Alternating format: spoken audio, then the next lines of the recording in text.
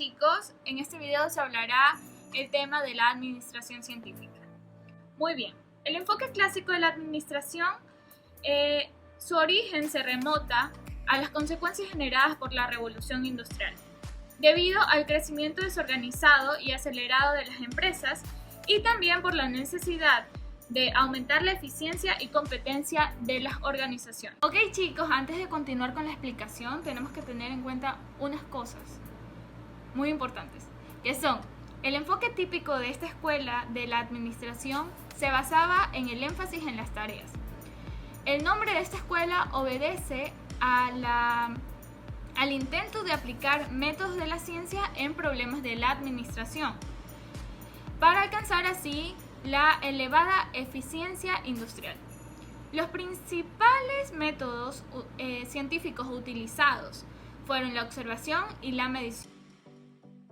Surge entonces a comienzos del siglo XX por el ingeniero estadounidense Frederick Taylor la Escuela de la Administración Científica. Esto empezó cuando en 1878 inició su vida profesional como operario en una empresa, en donde fue capataz, jefe de taller e ingeniero. Para que puedan entender mejor sus aportes, primero debemos de estar conscientes de la época que existía.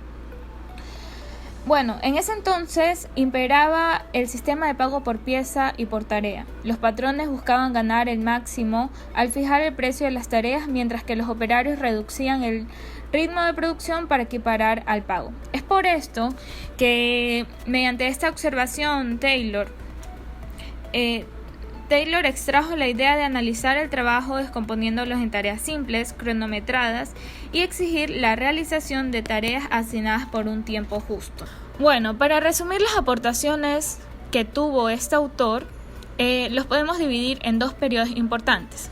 El primer periodo, que corresponde a la publicación de su libro Administración de Tareas, o en inglés Shop Manager, en 1903. El cual habla sobre las técnicas de realización del trabajo del operario mediante el estudio de tiempos y movimientos. Bueno, ¿y cómo llega a esta conclusión? Esto es debido a que él tuvo un enfoque de abajo hacia arriba, en donde primero estudiaba a los obreros, luego a los supervisores y así a los gerentes, analizando las tareas de cada operario, descomponiendo sus movimientos y procesos de trabajo para perfeccionarlos y racionalizarlos. Comprobó que el operario corriente producía mucho menos de lo que era potencialmente capaz y concluyó que si el operario más productivo percibe que obtiene la misma remuneración que sus colegas menos productivos, acaba de acomodarse y pierde el interés y deja de producir según su capacidad. Y es aquí en este libro que Taylor expresa que el objetivo de la administración es pagar salarios altos y tener bajos costos unitarios de producción. Que para lograr este objetivo, la administración debe aplicar métodos científicos de investigación y experimentación para formular principios y establecer procesos estandarizados que permitan el control de las operaciones de producción. Él también expresa que los empleados deben de ser seleccionados científicamente y llevados a puestos de trabajo donde las condiciones laborales sean adecuadas. Además, los empleados deben de ser entrenados científicamente en la ejecución de la tarea para perfeccionar sus actitudes, de modo que cumplan una producción normal. La administración debe establecer una atmósfera de íntima y cordial cooperación con los trabajadores para garantizar la continuidad de este ambiente psicológico. En el segundo periodo de Taylor, el cual corresponde a la época de publicación de su libro Principios de Administración Científica en 1911, es aquí cuando ya desarrolló los estudios sobre administración general, a la cual denominó administración científica. Sin embargo, no abandonó su preocupación por la tarea del operario. Según Taylor, las empresas de su época padecían de tres males. El primero, la holgazanería sistemática de los operarios, la cual reducía la producción a casi un tercio de lo normal para evitar que la gerencia reduciese los salarios. El otro mal del que padecían las empresas era el desconocimiento de la gerencia en cuanto a las rutinas de trabajo y el tiempo necesario para realizarlas. Y el tercer mal correspondía a la falta de uniformidad en las técnicas y métodos de trabajo. Para remediar estos males, Taylor ideó la administración científica, también llamada sistema de Taylor, gerencia científica, organización científica en el trabajo y organización racional del trabajo. Según Taylor, la administración científica es una evolución más que una teoría, cuyos ingredientes son el 75% de análisis y el 25% de sentido común. Para Taylor, la organización y la administración deben de estudiarse y tratarse como ciencia, no empíricamente. La improvisación debe dar lugar a la planeación, el empirismo y a la ciencia, es decir, la ciencia de la administración. Taylor, de esta manera, pretendía elaborar una ciencia de la administración. Como pionero, el mérito de Taylor está en que se contribuyó que se abordase de manera sistémica el estudio de la organización. Los principales aportes de la teoría científica fueron la organización racional del trabajo. Muy bien, aquí Taylor comprobó que los operarios aprendían a ejecutar las tareas observando a los compañeros vecinos y notó que eso conducía a emplear diferentes métodos para ejecutar la misma tarea, así como a utilizar diversos instrumentos y herramientas en cada operación, puesto que entre los diferentes métodos e instrumentos utilizados en cada trabajo hay siempre un método más rápido y un instrumento más adecuado que los demás. A este intento de sustituir métodos empíricos y rudimentarios por métodos científicos en todos los oficios, a esto se lo conoce como organización racional del trabajo, la cual se fundamenta en 9 aspectos importantes. El análisis del trabajo y estudio de tiempos y movimientos.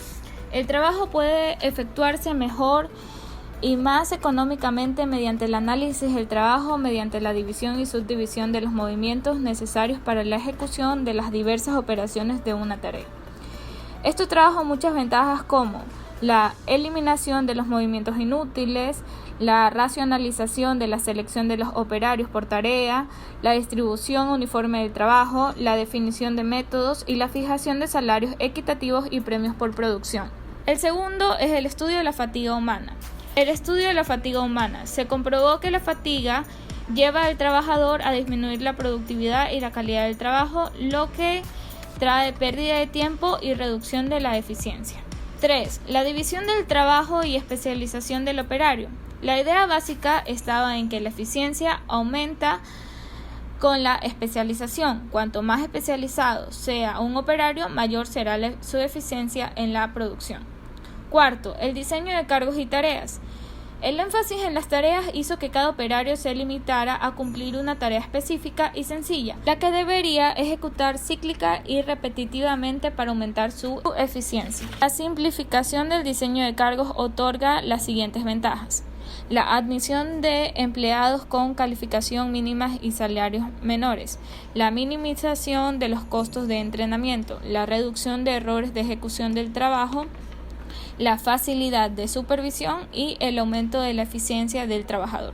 Los incentivos salariales y premios por producción. Para lograr la colaboración del operario, Taylor y sus seguidores desarrollaron los planes de incentivos salariales y de premios por producción. La idea fundamental era que la remuneración basada en el tiempo no estimulaba a trabajar más y que debería ser sustituida por la remuneración basada en la producción de cada operario. Lo salarial necesario para que los operarios superen el tiempo estándar es el premio por producción. Sexto, el concepto de Homo economicus. Este concepto nos dice que se cree que toda persona está motivada únicamente por las recompensas salariales, económicas y materiales. En otras palabras, el hombre busca el trabajo no porque le guste, sino como medio para ganar su vida.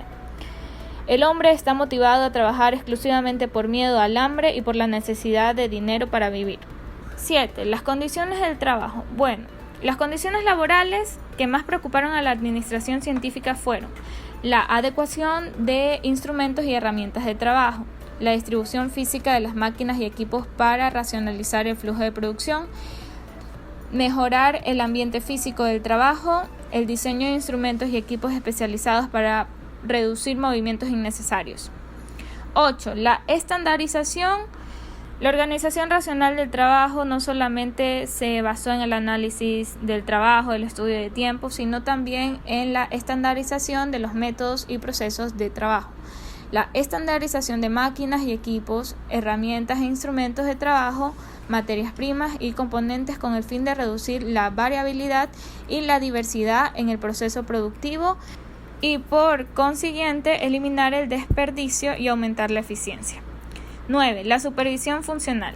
La especialización del operario debe estar acompañada por la especialización del supervisor. Taylor no estaba de acuerdo con la centralización de la autoridad y defendía la llamada supervisión funcional, que es justamente la existencia de diversos supervisores especializados en determinadas áreas con autoridad funcional sobre los mismos subordinados. Esta autoridad funcional es relativa y parcial. Para Taylor, el tipo de organización por excelencia es la organización funcional. Es decir, la administración funcional consiste en dividir el trabajo de manera que cada hombre, desde el asistente hasta el superintendente, tenga que ejecutar la menor variedad posible de funciones. Siempre que sea posible, el trabajo de cada empleado deberá limitarse a la ejecución de una sola función. Principios de la administración científica. La preocupación por racionalizar, estandarizar y establecer normas de conducta que pudiera aplicar el administrador condujo a la mayoría a pensar que estos principios podían aplicarse a todas las situaciones posibles. Un principio es la afirmación válida para determinada situación, es pronóstico de lo que deberá hacerse cuando se presente dicha situación. Principios de la administración científica según Taylor. 1. Principio de planeación. Sustituir el criterio individual, la improvisación y la actuación empírico-práctica del operario por los métodos basados en procedimientos científicos. 2. Principio de preparación. Seleccionar científicamente los trabajadores de acuerdo a sus aptitudes. Disponer y distribuir racionalmente las máquinas y equipos de producción. 3. Principio de control. Controlar el trabajo para cerciorarse de que está ejecutándose de acuerdo con las normas establecidas según el plan previsto. 4. Principio de ejecución. Asignar atribuciones y responsabilidades para que el trabajo se realice con disciplina. Principios de eficiencia según Emerson. Emerson simplificó los métodos de trabajo. Los principios impulsados por Emerson son: 1. Trazar un plan bien definido de acuerdo con los objetivos. 2. Establecer el predominio del sentido común. 3. Ofrecer supervisión y orientación competentes. 4. Mantener la disciplina. 5. Imponer honestidad en los acuerdos, es decir, justicia social en el trabajo.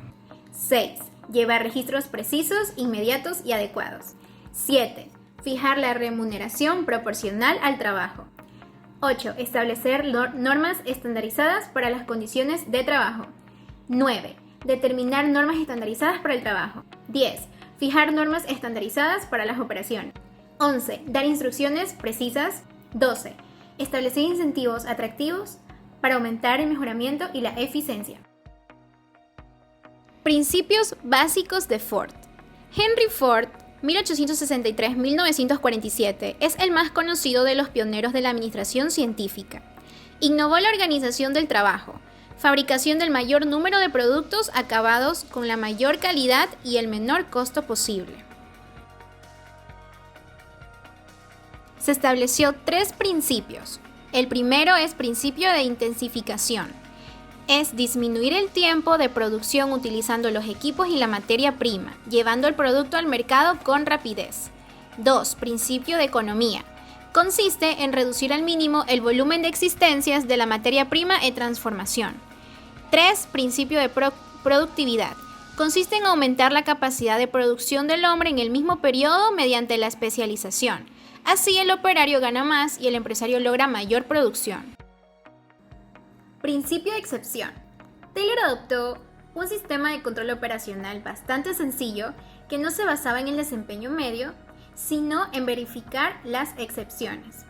En otras palabras, lo que ocurre dentro de los estándares normales no debe llamar demasiado la atención del administrador, sino que éste debe de preocuparse por los hechos que están fuera de los estándares, es decir, las excepciones.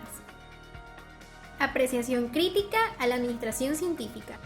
El nombre de administración científica debería cambiarse por estudio científico del trabajo. Taylor fue el precursor de la organización moderna del trabajo. Mecanismo de la administración científica. La administración científica se limitó a las tareas y a los factores directamente relacionados con la función del cargo y del operario. Se prestó poca atención al elemento humano y se consiguió la organización como una distribución rígida y estática de piezas, como una máquina. De allí proviene la denominación teoría de la máquina. 2. Superespecialización del operario. Se logra una importante estandarización del desempeño de los operarios, pues se estandariza la manera de ejecutar las tareas a medida que éstas se fraccionan. El Taylorismo demostró que la manera espontánea de ejecutar tareas no era la menos fatigante, ni la más económica, ni la más segura. En lugar de repetir los errores del pasado, el Taylorismo propone una verdadera racionalización. 3. Visión microscópica del hombre. La administración científica ve al empleado individualmente y se desconoce que el trabajador es un ser social. El desempeño humano pasó a ser estudiado dentro de sus límites físicos, en relación con capacidad de carga, velocidad y fatiga. En el fondo, Taylor consideró que los recursos humanos y los materiales no eran elementos recíprocamente adaptables, sino que el hombre era un apéndice de la maquinaria industrial. 4. Falta de comprobación científica. Se hace una crítica a la administración científica por el hecho de querer elaborar una ciencia sin comprobar científicamente sus proposiciones y principios. Los ingenieros estadounidenses apoyaron muy poco en la investigación y la experimentación científica para comprobar su tesis. Enfoque incompleto de la organización. La administración científica es incompleta, parcial e inacabada, ya que solo se limita a los aspectos formales de la organización y omite la organización informal y los aspectos humanos de la organización. Por lo tanto, se ignora la vida social interna de los miembros de la organización, quienes se toman como individuos aislados, distribuidos de acuerdo con sus habilidades y exigencias de la tarea que va a ejecutarse. 6. Limitación del campo de aplicación. La administración científica se circunscribió casi exclusivamente a los problemas de producción en la fábrica, sin considerar con mayor detalle los demás aspectos de la vida de una empresa, financieros, comerciales, logísticos, etc. 7. Enfoque prescriptivo y normativo. La administración se caracteriza por tratar de establecer principios normativos que deben aplicarse como una receta para que el administrador tenga éxito en cualquier circunstancia. 8. Enfoque de sistema cerrado. Este enfoque de sistema cerrado se caracteriza por observar solo aquello que sucede dentro de la organización sin tener en cuenta el entorno en que está situada. El enfoque al abordar lo que ocurre en una organización considera solo algunas variables importantes y omite otras cuya influencia no se conoce suficientemente en el conjunto. 9. La administración como pionera. La administración fue el punto de partida en los siguientes aspectos. 1. Primer esfuerzo científico para analizar y estandarizar los procesos productivos. 2. Logró gran éxito en la racionalización en las empresas de la época. Y 3. Para complementó la tecnología de la época desarrollando técnicas y métodos que racionalizaron la producción.